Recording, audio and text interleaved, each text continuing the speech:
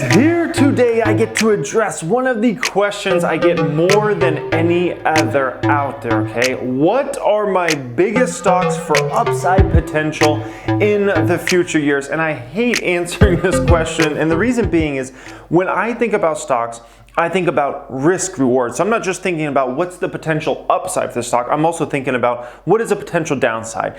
And the greater the probability is that I'm gonna make a 2x or more on my money in a stock over the next, let's say 3 or 5 years, versus lose 50% plus of my money in that stock, like the better that those probabilities are, like the higher chances I'm gonna invest in that stock and invest heavier and heavier. So I don't just think about upside, but for today's video, we're just gonna talk about the upside, the thing that people want me to talk about more than any other, as always. So I hope you guys enjoy this video. Don't forget to smash the thumbs up. As always, that helps the YouTube channel out in a massive way. It lets me know you appreciate a video like this where I'm going into my biggest stocks for upside potential and why. It's not just about the stocks. It's about why do I think these specific stocks have so much upside potential, okay? We're thinking long-term with these stocks. These aren't just like day trades or like let's get in and out or these or something like that. These are long-term investments for me. And today we're talking about the next 5 to 10 years with these stocks. Whenever I go into an investment, I really like to focus on the next 3 to 5 years, okay? But for today's video, we're really gonna focus on the next 5 to 10 years with these stocks. We're really thinking about like 2030 numbers. 2030, where can these stock prices be? 2030, where can these market caps be? And we're gonna go all the way from my fifth, biggest upside stock in my potential, all the way to number 1. And by the way, technically sharing 6 stocks with you here today because I had 2 stocks that basically I've run numbers on. And I think, both of those stocks are gonna be around a 4x there, all the way to this last one that has 100x potential, like absolutely ridiculous, okay? Now, we're assuming, when we're talking about massive upside, we're assuming there's gonna be no super bad luck for these companies, which keep in mind, in everything in life, including in investments, luck does play some sort of factor, okay?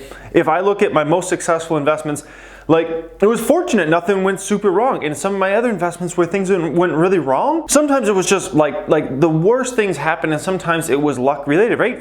Like for instance, an investment of mine back in, I started investing in this company in late 2019, the beginning of 2020, and then all of a sudden, they had to shut down their entire business for over a year, and that was CCL, right? Carnival Cruise Line. I invested in that business. It was an undervalued asset. It looked like a great dividend play, plus probably getting share appreciation over time. And then next thing you know, all of a sudden, a once in a 100-year health event comes out. They have to completely shut down their business and go from, a profit machine to all of a sudden they're losing billions of dollars. Like, that's kind of bad luck, right? Sometimes you're gonna get some really good luck in the stock market. Sometimes you're gonna get some really bad luck. It just depends, okay? I know I've been fortunate enough to receive some really good luck in a lot of stocks out there where everything just went exactly as planned and maybe even better as planned, okay? And that's what happens sometimes. By the way, peep the shirt, okay, from 2008, free shirt. This is what you get, you volunteer your time, you get a free shirt, okay? And I'm still rocking it today in videos, all right?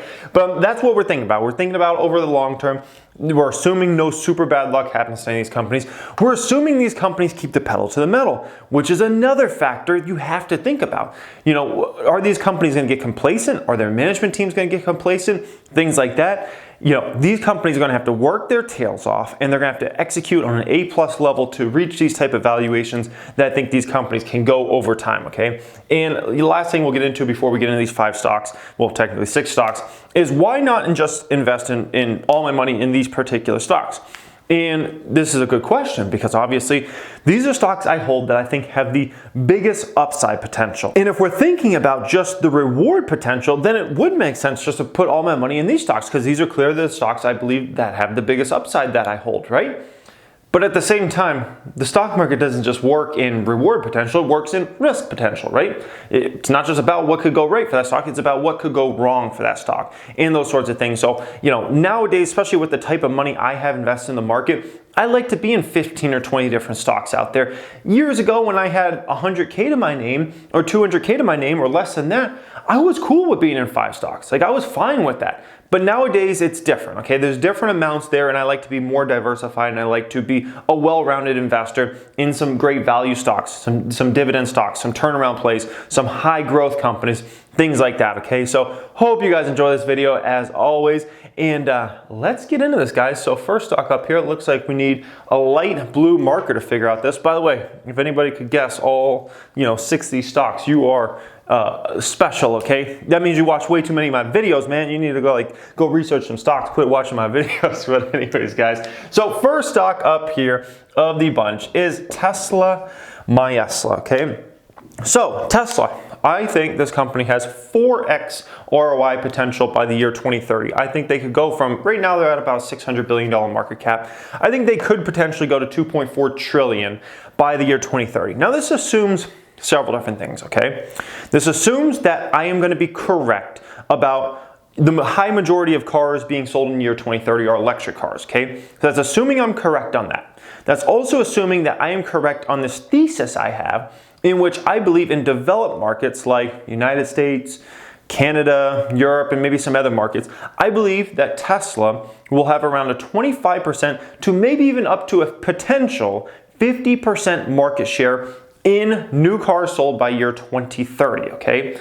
So those are two big things, okay? One, we have to completely transition from the high majority of cars sold here today or ICE vehicles, gasoline, we have to convert over to getting almost all new cars sold by the year 2030 to basically be electric cars. And then Tesla has to have a market share that we haven't seen ever in modern history when it comes to automobile sales, okay? And this is also assuming Tesla gets the autonomous taxi network rolled out in all major markets. This is assuming the numbers out of China are really strong and those sorts of things. They're not gonna, in my opinion, Tesla's not gonna get a 25% to 50% market share in China, India, and some other big markets, okay? But in some of those markets, if they just get 5% market share, they're winning. Like Apple, for instance, Apple has a very small market share in China compared to the United States. But China is still the second most important market for Apple because the market's so dang big in China, right? And so same thing with Tesla. Tesla doesn't have to get 25% or 50% market share in China. They get 5%. That's massive, okay? So this is assuming some things go right. This is assuming Tesla can build into a cash flow machine. Now, in regards to Tesla, the wild card is really the autonomous taxi network.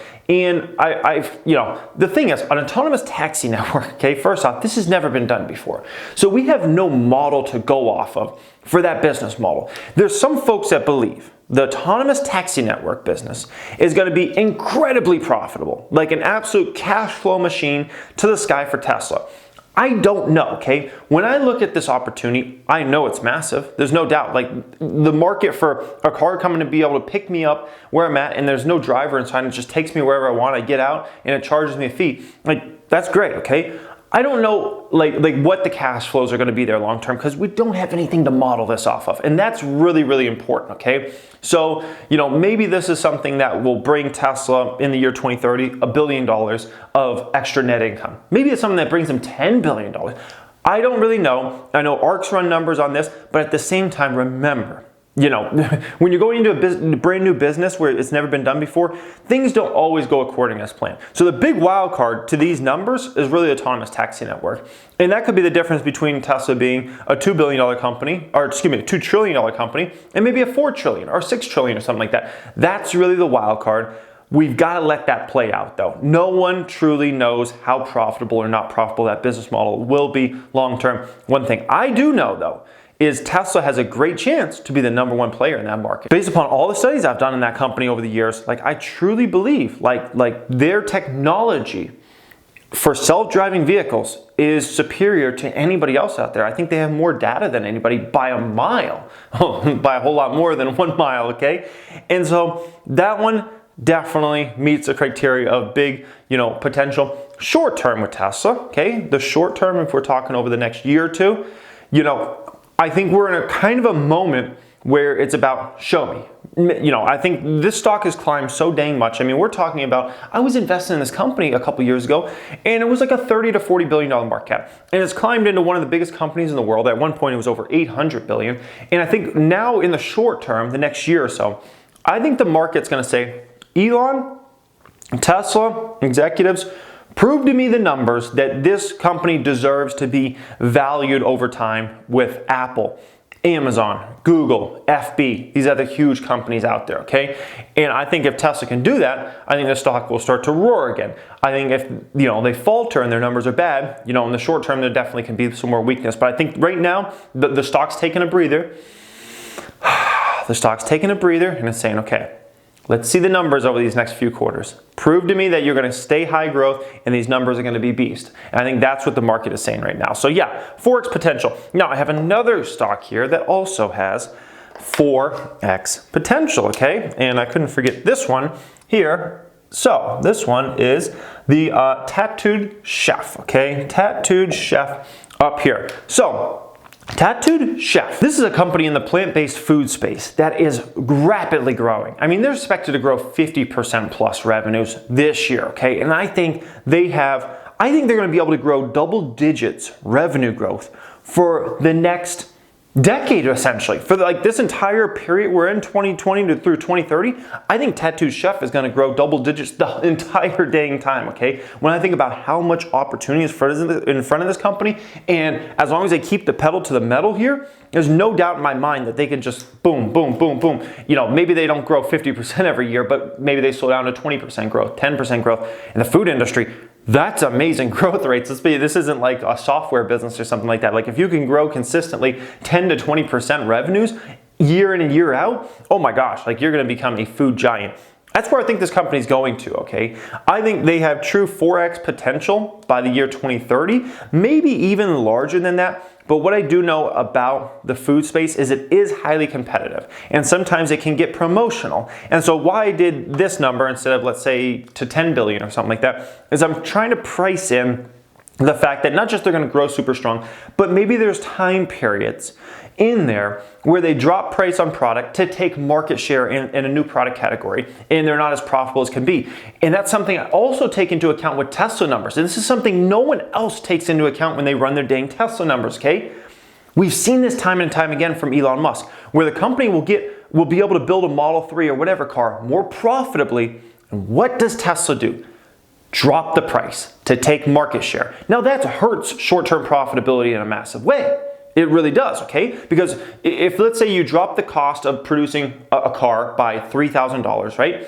And then all of a sudden you drop the price by $3,000. Okay, all you did was make the car cheaper now for consumers rather than take that $3,000 profit that's going to go hit net income. Now it's just $3,000 cheaper, but the cheaper car means you can sell more units out there. And so if I look at something like TTCF, I can definitely see there being periods where maybe they launch into a new product category and they put coupons out there, or they send product to some consumers for free for trying these products and things like that, or they're really competitive around price points. Like what if they want to compete with another company like I own longer term, like a Beyond Meat, and they launch a product and they get that into stores? There's a good probability they would want to undercut price of Beyond Meat, right? If they want to launch full-on sausage products and fake hamburger patties or whatever you want to call them, plant-based hamburger patties and things like that. When you think about these sorts of things, they could definitely get promotional there, and that's why I put them at a $6.4 billion company rather than like a 10 or 15. It is possible they get there, but all I know is about that one is, man, do they have massive growth ahead. And man, those food companies and drink companies can be extremely profitable.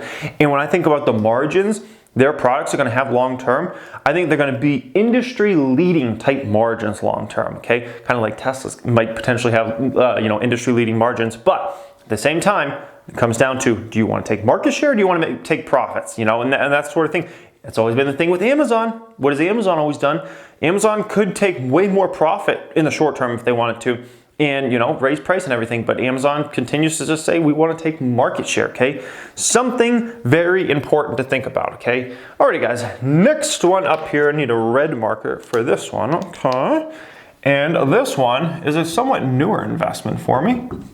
Corsair Gaming, okay? Gaming related company. So, Corsair. They own the Corsair brand, which if you've ever thought about building a PC or something like that, you've probably bought Corsair products or considered it. Their products are top tier, unbelievable product quality out of that company, ticker symbol CRSR. They're in a strong capital position, somewhat newer company in the public markets. They bought a company called Elgato, which makes the thing about Corsair is like they are known for quality, and they bought this other company that's more in the streaming space, which is something that's getting huge right now called Elgato, which is growing rapidly absolutely rapidly right now. And that company is known for great quality products as well. So if you're thinking about streaming and gaming, two industries that are getting exponentially bigger each and every year and are going to continue to for at least the next decade, in my opinion. Like streaming is just going to get a lot bigger than it is today. Gaming is just going to get a lot bigger than it is today. And they have very strong brand names in this. They also bought another company recently that basically makes like high-end controllers for like PS4s, Xbox, and things like that. And obviously they'll be in the new generation as well. And that company is the biggest name in their space for making customized controllers. And here's the thing, the only weakness that brand has ever had is product control quality.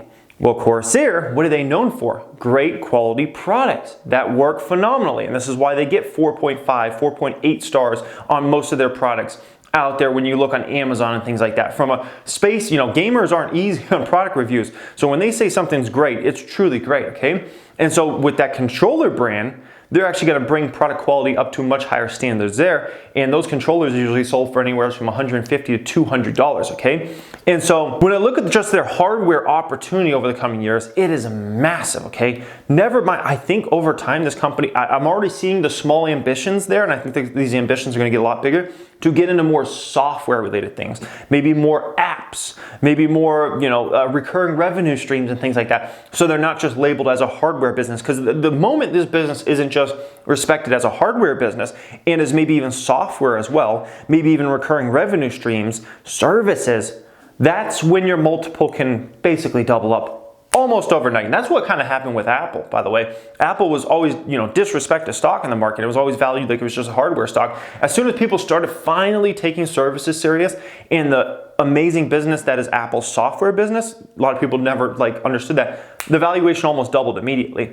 Very similar thing will happen to Corsair long term, in my opinion. Logitech is about a $17 billion company today, $17 or $18 billion. In my opinion, by year 2030, I think Corsair can easily be close to Logitech. Maybe they're even bigger, okay? I might be too conservative with my numbers here. I think the stock has 5x potential from about a $3 billion company here today to about $15 billion. I think they're gonna be one of the leaders in gaming, one of the leaders in streaming products over time. They already are, kind of. High-end controllers for consoles, one of the premier players there. And then it's only 2021. Imagine how many new categories this company is gonna get into over the next 5 to 10 years that are going to grow this business massively. And these are very profitable products. So you put all this together, I honestly think I'm being too conservative. I truly do. I think this company actually has much bigger potential in that, but since it's such a newer investment for me, I'd rather be a little more conservative for this number than a little bigger. But let's put it this way. If this company doesn't at least 5x by 2030 for me, I'll be disappointed. I'll be very disappointed. Let's just put it that way. This is, of the numbers I have up here, in my opinion, this might be the most conservative one, okay? Just something to keep in mind, but okay? Some people might say the Tesla one, as it depends, some people are so bullish on that, they think it's going to 8 trillion by 2030. Everybody's got different opinions out there and things like that, but in my personal opinion, from what I wrote out here, I think this is my most conservative number, okay? Let's get into this next one, number 3. So, number 3, this one's kind of similar to Tesla, where it's one of those companies you look at in the short term and you say, looks really, really overvalued, okay? Something like a Corsair Gaming, it trades at a forward P of like 20, 22. It's hard to make an argument that one's super overvalued, okay? But, this stock and a Tesla, they trade at very rich valuations, okay? And because they trade at very rich valuations in the short term, if you look at a trailing 12-month P, you look at a forward P, you look at a price to sales ratio, you say, oh gosh, company trades rich, okay? But the long-term opportunity in front of this company is absolutely massive, okay? This is Shopify, okay? This is a company that I have a few $100,000 in right now, okay? Ticker symbol SHOP on this one. The way I look at Shopify is e-commerce is obviously going to get massively bigger over the coming years. And in my opinion, if I look at my crystal ball and I'm looking at the year 2030 for stocks, it's hard for me to look at that crystal ball and not see Shopify as being one of the most important companies in the world, okay? When I just see how many businesses are starting to use Shopify over the past few years, small and big businesses, how this company continues to innovate in their space, the recurring revenue streams that this business is going to throw off, the cash flows that this business is going to throw off long term. When I look at all this, it's hard for me to look at that crystal ball and say Shopify is not one of the most, let's say 25 most important companies in the world in the year 2030, okay? If that's the case, this is going to be a $1 trillion plus company, okay? Keep in mind, we already have several companies now that are $1 trillion. We're in 2021. By year 2030, with how much economic growth there will be around the world, over the next 9 years, there's going to be I would say probably 40 to 100 companies around the world that will have a $1 trillion plus market cap by the year 2030. Easily, 40 to 100, okay? 40 worst case scenario, like we were in a massive recession at the time or something like that. 100 on the top end, okay? It's hard for me not to say Shopify is going to be one of those, okay? $140 billion company. I think it's going to at least $1 trillion by 2030. When I look at the revenue growth this company has right now, when I think about the revenue growth they're going to have in future years, it's not like one of those businesses where they're getting a ton of their revenue just from 1 or 2 customers. They have almost no customer concentration, recurring revenue streams, pricing advantages long term. They're in a space that is exponentially growing and will continue to for the longest time into the future. And so I think this one has at least 7x ROI potential. And that's why I invest in the stock, even though, it's a lot higher valuation than I could have bought several years ago. At the end of the day, I look at this company and I say, it's hard for me not to imagine this being a $1 trillion company by 2030, okay? And so if I'm right on that, obviously, there's huge ROI potential there, okay? Last 2 stocks up here that I hold that have the biggest upside potential, okay? And number 2 is Palantir. Just kidding, okay? Although, no, in all seriousness, I am looking into Palantir right now. I got more research to do. I don't own that stock yet, but I am doing research into Palantir and trying to figure out, what their realistic TAM is long term. So don't own that one yet, but maybe someday, okay? But this one is the Planet, okay? Planet, let's see. 13? Is that right? Let me see. 1, 2, 3, 4, 5, 6, 7, 8, 9, 10, 11, 12, 13? Yeah, Planet 13, okay? So anyways, the Planet. Basically, they have a massive superstore in Las Vegas in the Jack Jackson space. They are going to have another one opening in Orange County in a few months. These stores are massive, like Disneyland for Jack Jackson, okay? They have a ton of owned brands that they're going to continue to distribute all over the United States. Now that they're going to have a California location open, they're going to be able to, remember those own brands I always talk about, okay, and how that potential is bigger? They're going to be able to get that product throughout California now. Basically, you can't ship over like state lines and things like that. Imagine how big that opportunity is for California long term. Like, the magical thing about opening that Orange County store for the Planet is actually not the store, even though that's going to be a cash flow machine to the sky, in my personal opinion, long term. It's actually the fact that now they'll be able to have distribution throughout California for their own brands. And that is a game changer for the Planet, okay? So this is a company that I think, this is another one of those companies, kind of like a TTCF I was talking about, that's going to be able to grow double digits every single year for literally as long as the eye can see. Like until at least 2030, I think this company is going to be able to grow anywhere from, 100%, maybe triple digits next year, all the way to, 10, 15% per year for the next decade, okay? So massive revenue growth ahead for this company. The profitability for this company is going to be immense long term, not just from their superstores, but they're probably going to open smaller format retail stores as well around the United States, because those are way less costly and way less time consuming to open those stores. So they're going to have that cash flow machine. And then the own brands is bigger. It's bigger than the store opportunity for this company long term. And federal legalization, likely coming very soon. More and more states are legalizing no matter what. But when federal legalization comes, okay, that's all I got to say about that. So in my opinion, this is a $1 billion company. I think they have the potential to go to about a $10 billion company by the year 2030. Keep in mind, in the Jack Jackson space, when federal legalization comes, there's going to be, over time, there's going to be 5, 10, maybe even more than 10 companies that are going to have $10 billion plus valuations on them. I think the Planet has a great opportunity to be one of those companies. When I think about their superstores, plus smaller format stores, which they have one smaller format store in Las Vegas as well. Right now, I've checked it out. It's nice. It's like, nicer than the average, smaller format store. And then I think about the own brands, which could be a profit machine to the sky long term for this company. Never mind, they have other opportunities that I'm not even talking about. They want to open lounges in these superstores and things like that. Potential clubs. Like, there's so much dang opportunity here. Like, I don't even think people quite get the full picture yet. I just talk about usually the superstores, and I usually just talk about the own brands, and we don't even get into all these other things. But I mean, there's so much potential here, and the company has 9 figures plus of cash now on the balance sheet as of today, from what our understanding.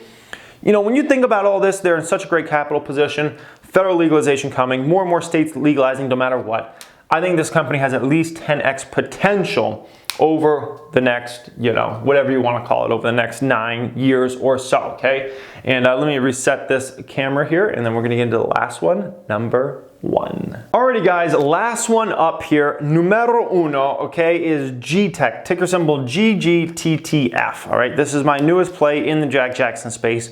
Meet Kevin did a great interview with the CEO very recently. I really enjoyed that. And it's a smaller company that has ridiculously huge potential, okay, in the Jack Jackson space. About a $100 million company today. I believe long term, if this company executes on a high level over the next 9 years or so, I think ultimately they could potentially become a $10 billion company, which would be 100x ROI on this company, okay?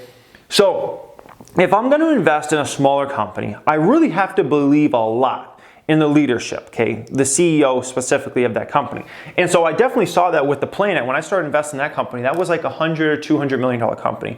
And what I saw there was a management team that had their heads on straight. They weren't just trying to, create some, crap penny stock that was going to be a penny stock forever. They're trying to create a massive company.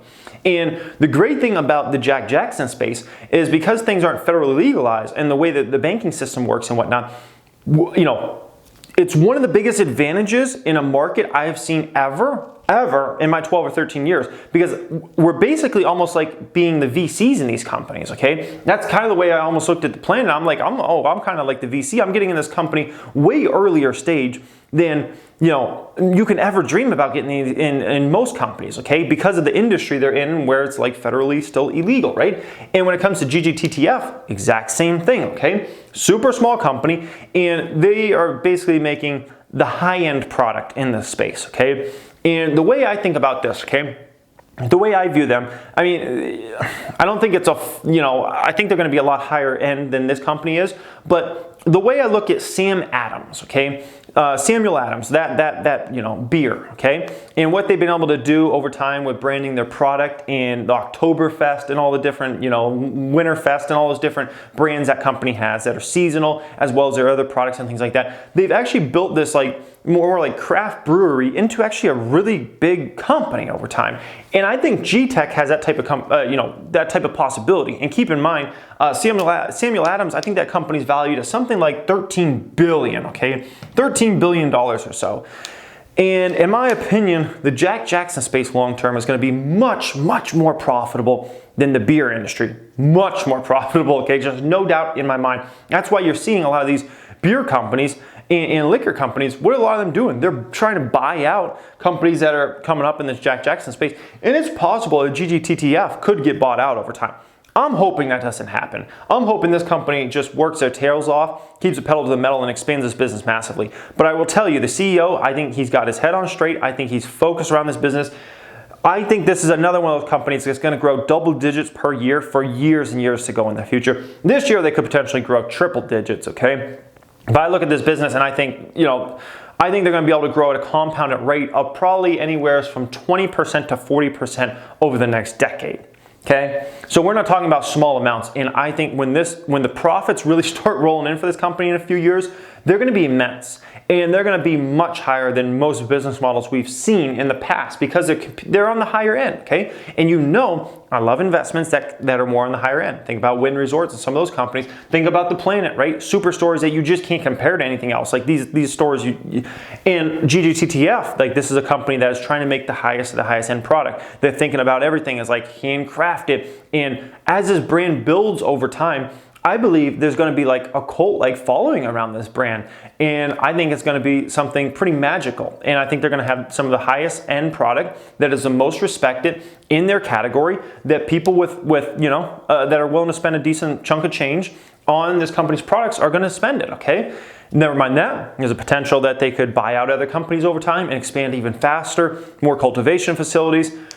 The United States opportunity, my gosh, okay? As soon as things are federally legalized in the States, I would assume the CEO is already working on plans on, when that day comes, how they're gonna enter the US market and how fast they're gonna do it and how successfully they're gonna do it. And so when I look at that company, I think that has the biggest upside potential. Obviously, it comes with risks. It's a very small company today and things like that. As with all these stocks, they all come with risk, okay? Some of them trade at really high valuations on a short-term basis. Some of them, I don't know, maybe some people think everybody already bought gaming products, so no one's gonna buy gaming or streaming gear now or something like that. Like, all of them you could poke something at.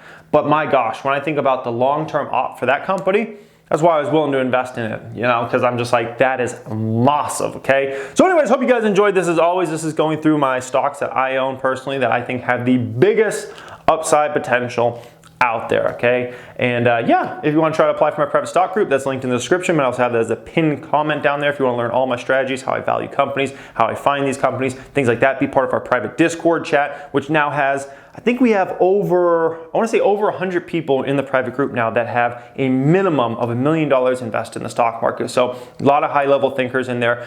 A lot of these stocks nowadays are coming from my private Discord chat in terms of like they spark these ideas for me and then I start looking into it. I'm like, oh, these geniuses found something again.